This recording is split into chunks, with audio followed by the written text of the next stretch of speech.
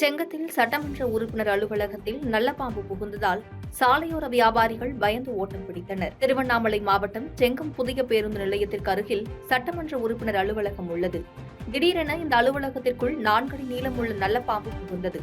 இதனை கண்டு அருகிலுள்ள சாலையோரம் பழக்கடை வைத்திருந்த வியாபாரிகள் அலறி அடித்துக் கொண்டு ஓட்டம் பிடித்தனர். இதனால் சட்டமன்ற அலுவலகம் அருகே சிறிது நேரம் பரபரப்பு ஏற்பட்டது.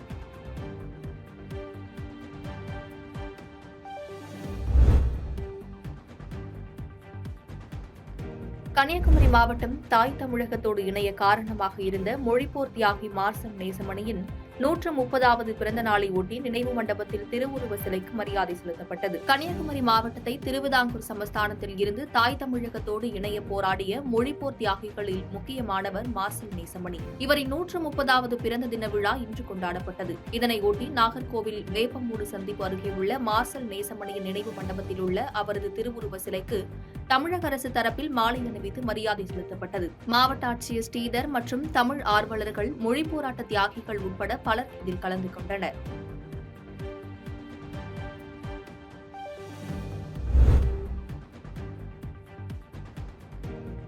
காரைக்குடியில் விபத்தில் உயிரிழந்தவரின் உடல் உறுப்புகள் தானம் செய்யப்பட்ட நிலையில் கோட்டாட்சியர் உயிரிழந்தவரின் உடலுக்கு மாலையிட்டு அஞ்சலி செலுத்தினர். சிவகங்கை மாவட்டம் காரைக்குடி நவரத்தின நகர் பகுதியைச் சேர்ந்தவர் ஆனந்தவள்ளி. 54 வயதான இவர் கடந்த 2 தினங்களுக்கு முன்பு இருசக்கர வாகனத்தில் சென்றபோது எதிர்பாராத விதமாக தவறி விழுந்து தலையில் அடிபட்ட நிலையில் மதுரை தனியார் மருத்துவமனையில் சேர்க்கப்பட்டார். அங்கு சிகிச்சை பலனின்றி ஆனந்தவள்ளி உயிரிழந்த நிலையில் அவரின் உடல் உறுப்புகளை தானம் செய்ய குடும்பத்தினர் முன்வந்தனர். அதன்படி கண், கல்லீரல், சிறுநீரகம், நுரையீரல் போன்ற உறுப்புகளை தனியார் மருத்துவமனைகளுக்கு தானமாக வழங்கினர். இந்நிலையில் இன்று அடக்கம் செய்வதற்காக காரைக்குடி கொண்டு வரப்பட்ட அவரது உடலுக்கு தேவக்கோட்டை கோட்டாட்சியர் பால்துரை, காரைக்குடி வட்டாட்சியர் தங்கமணி ஆகியோர் மலர்களையும் வைத்து அஞ்சலி செலுத்தினர்.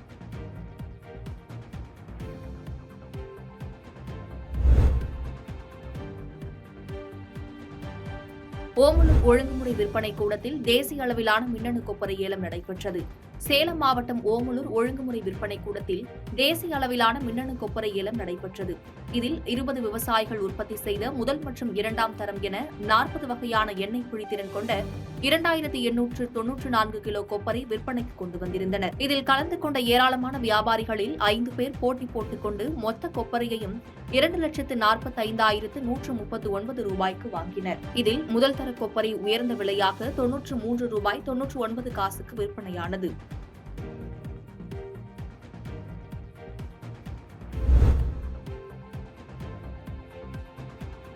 தமிழ்நாட்டில் பல்வேறு மாவட்டங்களில் உள்ள கோவில்களில் நடைபெற்ற குடமுழுக்கு விழாவில் திரளான பக்தர்கள் கலந்து கொண்டனர். தமிழ்நாட்டில் பல்வேறு பகுதிகளில் உள்ள கோவில்களில் குடமுழுக்கு விழா விமர்சையாக நடைபெற்றது. அதன்படி திண்டுக்கல் மாவட்டம் நிலக்கோட்டை அருகே உன் ஜெயநாயக்கன்பட்டியில் ஸ்ரீ முத்தாலம்மன் திருக்கோவில் கும்பாபிஷேகம் வெகு சிறப்பாக கொண்டாடப்பட்டது. இதில் பல புண்ணிய ஸ்தலங்களில் இருந்து கொண்டு வரப்பட்ட தீர்த்த நீர் தெளிக்கப்பட்டு சிறப்பு அபிஷேக ஆராதனைகள் நடைபெற்றது. மேலும் இதில் கலந்து கொண்ட பக்தர்கள் அனைவருக்கும் அன்னதானம் வழங்கப்பட்டது.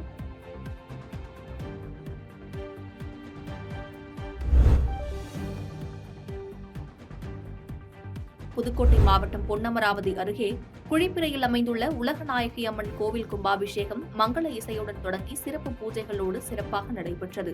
இந்நிகழ்ச்சியை காண சுற்றுவட்டார பகுதிகளில் இருந்து ஏராளமான பக்தர்கள் கலந்து கொண்டனர்.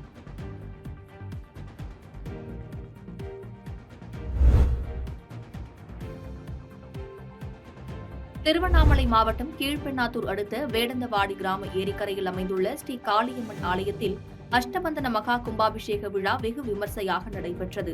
முன்னதாக கணபதி ஹோமம், கோபூஜை, லட்சுமி ஹோமம் என கால யாகசாலை பூஜைகள் முடிவடைந்து ஆலய விமான கோபுர உச்சியில் புனித நீர் ஊற்றப்பட்டு கும்பாபிஷேகம் சிறப்பாக நடைபெற்றது.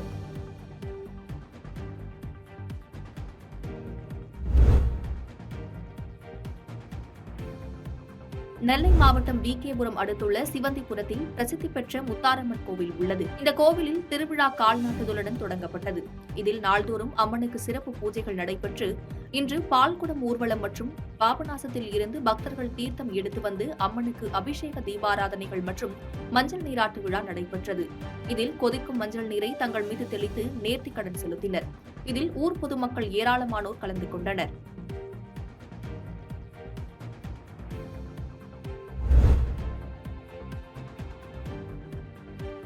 மதுரை அவனியாபுரம் செம்பூரணி ரோட்டில் அமைந்துள்ள ஸ்ரீ அழகுமுத்து மாரியம்மன் கோவிலில் 55ஆம் ஆண்டு வைகாசி பொங்கல் விழா நடைபெற்றது. இதில் 200க்கும் மேற்பட்ட பக்தர்கள் பால்குடம் எடுத்தும் அலகு குத்தியும் பூக்குழி இறங்கினர். இந்த விழாவில் 5000த்திற்கும் மேற்பட்ட பொதுமக்கள் கலந்து கொண்டனர்.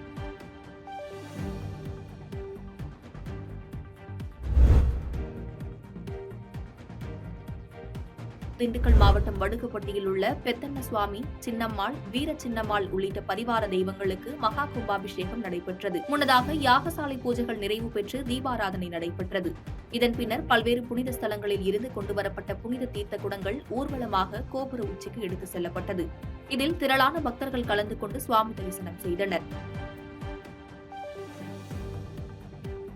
பாதகம் செய்பவரை கண்டால் நாம் பயங்கொள்ளலாகாது பாப்பா, மோதி மிதித்து விடு பாப்பா, அவர் முகத்தில் உமிழ்ந்து விடு பாப்பா.